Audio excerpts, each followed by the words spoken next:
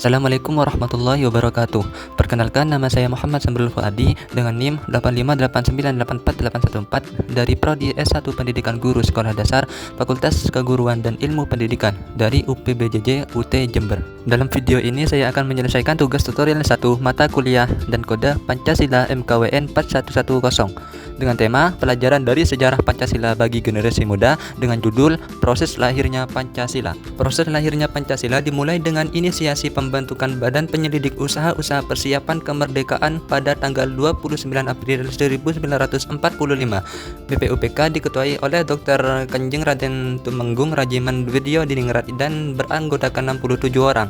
Badan ini bersidang 2 kali. Sidang pertama berlangsung dari 29 Mei sampai 1 Juni 1945 dengan tujuan menguraikan berbagai konsep tentang dasar negara, masyarakat, dan pemerintahan Indonesia merdeka. Pada sidang ini berbagai tokoh menyampaikan gagasan mereka, termasuk Muhammad Yamin yang mengusulkan 5 dasar negara dan Supomo yang membahas konsep negara kesatuan. Puncak dari sidang pertama BPUPK adalah pidato Insinyur Soekarno pada 1 Juni 1945. Ia memaparkan dasar-dasar bagi Indonesia merdeka yang disebutnya filosofi Safe Ground Slave. Soekarno mengusulkan 5 dasar negara yang kemudian ia namakan Pancasila. 1. Kebangsaan Indonesia. 2. Internasionalisme atau peri kemanusiaan. 3. Mufakat atau demokrasi. 4. Kesejahteraan sosial. 5. Ketuhanan.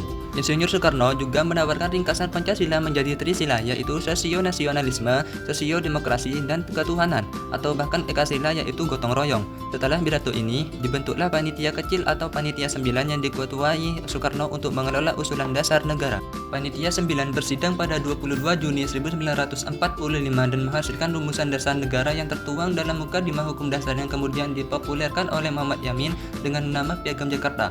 Rumusan ini mencantumkan 5 sila dengan sila pertama berbunyi, ketuhanan, dengan kewajiban menjalankan syariat Islam bagi pemeluk-pemeluknya, menurut dasar kemanusiaan yang adil dan beradab, persatuan Indonesia dan kerakyatan yang dipimpin oleh hikmat kebijaksanaan dalam permusyawaratan perwakilan, serta dengan mewujudkan suatu keadilan sosial bagi seluruh rakyat Indonesia. BPUPK kemudian melaksanakan sidang kedua dari 10 hingga 17 Juli 1945 yang berhasil menentukan rancangan Undang-Undang Dasar, pembukaan UUD, dan pernyataan kemerdekaan. Setelah BPUPK selesai dan dibubarkan pada 7 Agustus 1945, dibentuklah Panitia Persiapan Kemerdekaan Indonesia pada 9 Agustus 1945 yang diketuai oleh Soekarno dan diwakili oleh Hatta.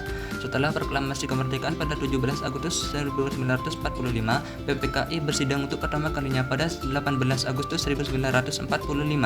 Dalam sidang ini, salah satu keputusan penting yang diambil untuk menjaga persatuan dan keutuhan bangsa adalah penghapusan kalimat dengan kewajiban menjalankan syariat Islam bagi pemeluk-pemeluknya dari sila pertama Piagam Jakarta. Dengan demikian, PPKI mengesahkan pembukaan dan batang tubuh UUD 1945 yang di dalamnya terdapat rumusan dasar negara Pancasila yang kita kenal hingga saat ini. Pelajaran paling berharga bagi generasi muda dari sejarah Pancasila adalah pentingnya mau bagi-bagi dan bertukar pikiran dengan baik serta mengutamakan kepentingan umum di atas ego pribadi atau golongan. Di era media sosial dan polarisasi saat ini, nilai-nilai Pancasila mengajarkan kita untuk selalu membuka ruang dialog, mendengarkan perbedaan pendapat, dan mencari titik temu alih-alih saling menjatuhkan. Relevansinya terletak pada bagaimana kita menyikapi keragaman. Kita harus menjadikan persatuan sebagai jangkar serta memahami bahwa kekuatan bangsa ini terletak pada kemampuan kita untuk berbeda namun tetap berjalan bersama, seperti yang dicontohkan para pendiri bangsa saat mereka merumuskan dasar negara kita. Terima kasih telah menonton video tentang proses lahirnya Pancasila dari saya dari awal hingga akhir. Kurang lebihnya mohon maaf. Assalamualaikum warahmatullahi wabarakatuh.